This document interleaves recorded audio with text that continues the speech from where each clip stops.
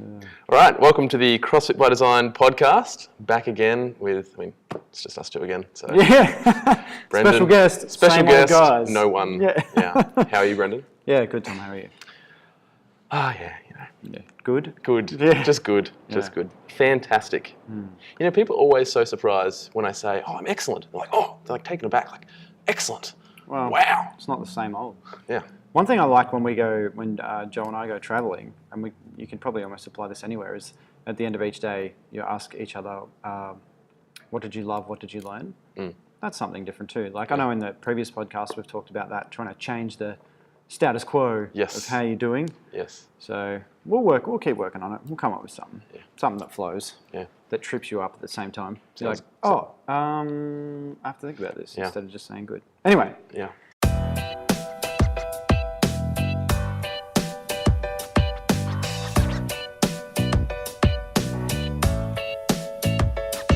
Today's topic is gymnastics and what it really takes, sort of the lowdown on gymnastics. Because it does seem that when it comes to gymnastics, or at least this is the public perception, particularly with adults, that with gymnastics, you've either got it or you don't. Like maybe you've come into a CrossFit gym or any kind of gym and you see people doing pull-ups and you're like, I can't do pull-ups or I can't do push-ups. And you try and you try and you try and you try and you never seem to be able to get it. It just seems that some people can do this stuff and other people can't. Push-ups, pull-ups, bodyweight things. And it just seems like such a battle. Is that the case? Well, yeah, like it is the case in that we see that, but I don't believe you're kind of either born with it or you're not. I think it's a combination of position and strength in those positions. And an easy example is we're getting ready to do the kids program. Okay. Had a couple of kids in here the other day, and they were playing on the rings, around the same age, in the same age group. One of them loves to play on the rings and the monkey bars and does it all the time. Yeah. And the other one did not. Right. So the one who loves to play on it and who had been doing it because he enjoyed it or whatever the motivation, could actually just like do a pull-up hold at the top of the rings and was just hanging out there. And then this other kid jumped on it and couldn't even pull up.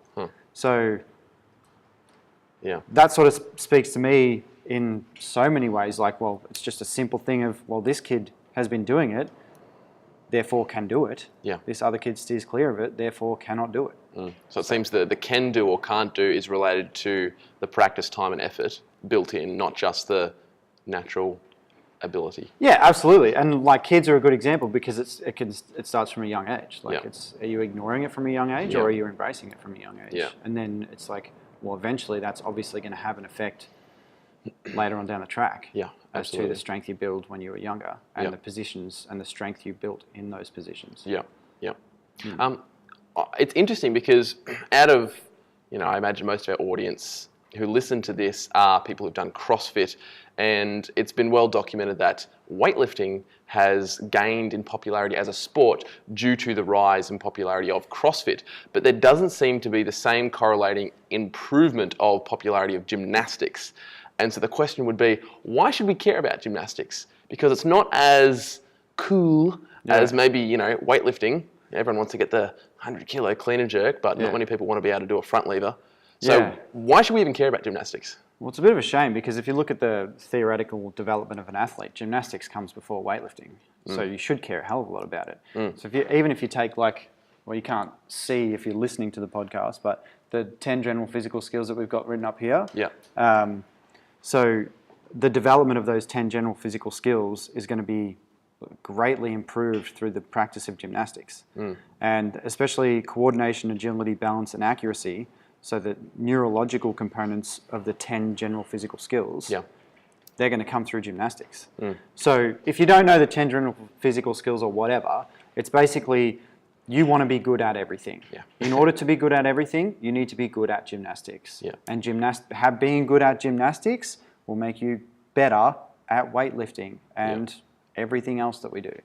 So yeah, I don't know why, because some of the, I don't want to say it's not sexy either. Like some of the gymnastics stuff looks awesome. Bro, wish I could do an iron cross. Dude, right? Like, I mean, I know weightlifting's cool, like throwing weights around, but yeah, it just seems to be. I don't have the answer as to why people don't seem to like it, but they should. Like it's cool. And I think it's less taxing on the body long term. Like if you're looking for something to stick to long term, if you can keep your shoulders, if you can, doing gymnastics will improve your shoulders. But it will have less toll on your body, I would say, long term than weightlifting would. So Yeah. Another thing that I've been thinking of in my mind is, as a coach, I've done a lot of research and study about, techniques and ways to improve gymnastics. So it seems fairly straightforward to me, but obviously that's not everyone. No one's decided to put the time into studying that. What are some of the ways, or the best ways, in which we can improve gymnastics? If we're talking about this, then how would someone go about that? Progressions. So if you can't do an iron cross, there's 100 different ways to get there, and even more progressions than that in order to get there. So it's because, take weightlifting for example. Well, that's an easy one to scale. If let's say you're hitting your positions and you're lifting a clean very well. Yeah. Well, okay, we'll just start a little lighter and we'll just build the weight up. And as we build the weight up, that's a marked improvement. Like that's an obvious metric. Yeah.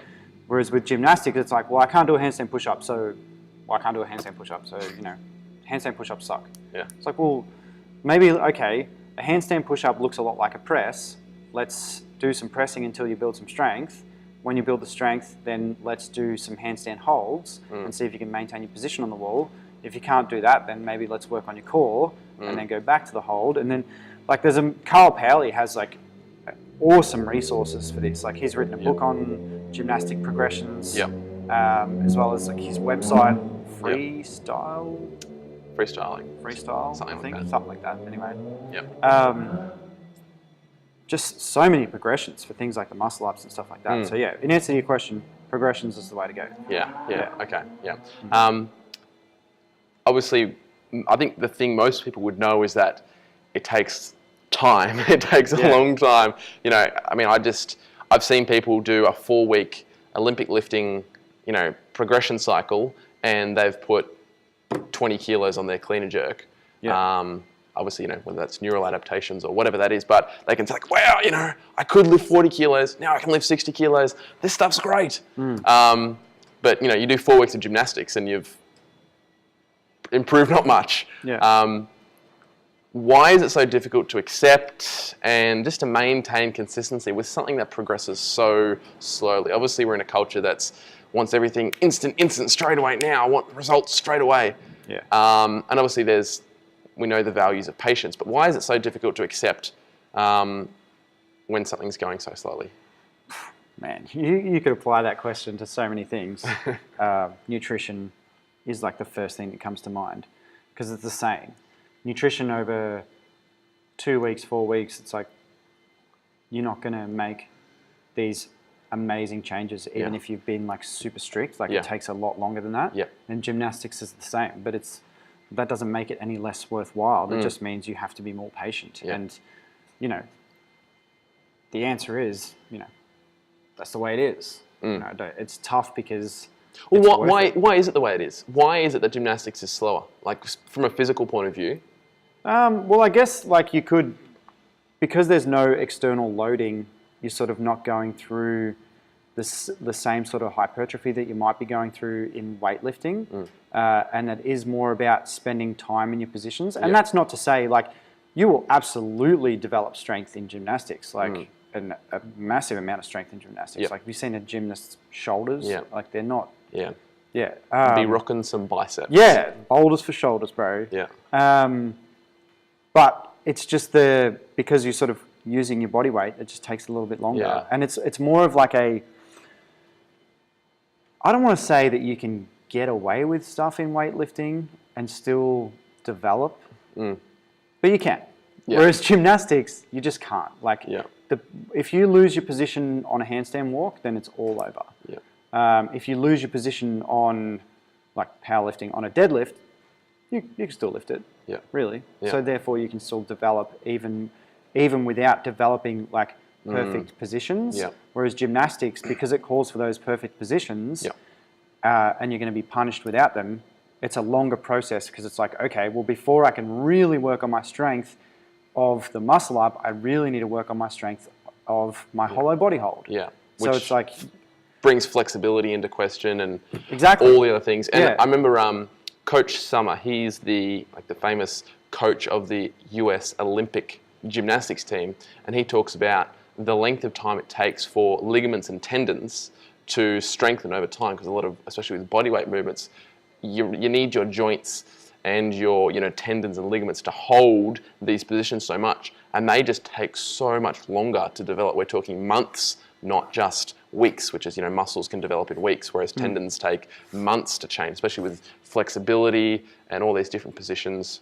So it's definitely seems to be training just a different aspect of your physical capacity. But I mean, improvements are just... Well, it's just seconds at a time. Yeah. But if you add it up across the year, we were doing the L like a week or whatever ago, the L hang, and I was like, man, this just feels like it never gets easier. Like 15 seconds felt the same as it did last time. It wasn't like, oh, that 15 seconds was easier. So, but if you can add, well, imagine if you could add like 5 seconds to your L every couple of weeks for a year. That's pretty good, man. Yeah. Like fast math. That's like 6 hours in the L. Yeah. So I guess a good takeaway would be just small and consistent. Small and consistent. Yeah, if you want to work on you just got to be consistent. You don't have to do ginormous amounts of work. Just consistency. Like if you're committing to doing position work or gymnastics work 3 times a week, like, well, make sure you're doing it 3 times a week. Don't turn it into 2 or 1 day a week. Well, I think like a lot of the CrossFit Games athletes seem to be really good at that too.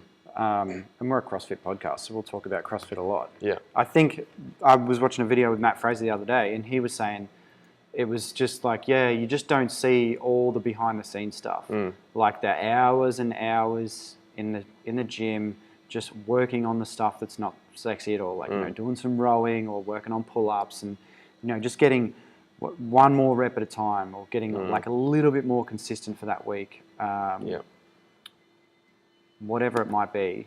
It's like all we see on Instagram is the end result, and then that's where they just have it. Like he's just a natural athlete. It's like, well, not really, not at all.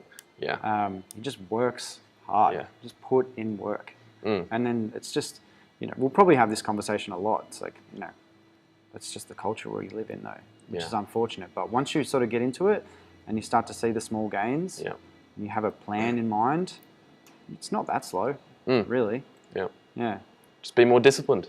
Yeah, just be better. Be better. That's the answer. Be better. Like Brendan. Be better like Brendan. I mean, you can do better than that. All right. Thanks, Brendan. Thanks, Tom.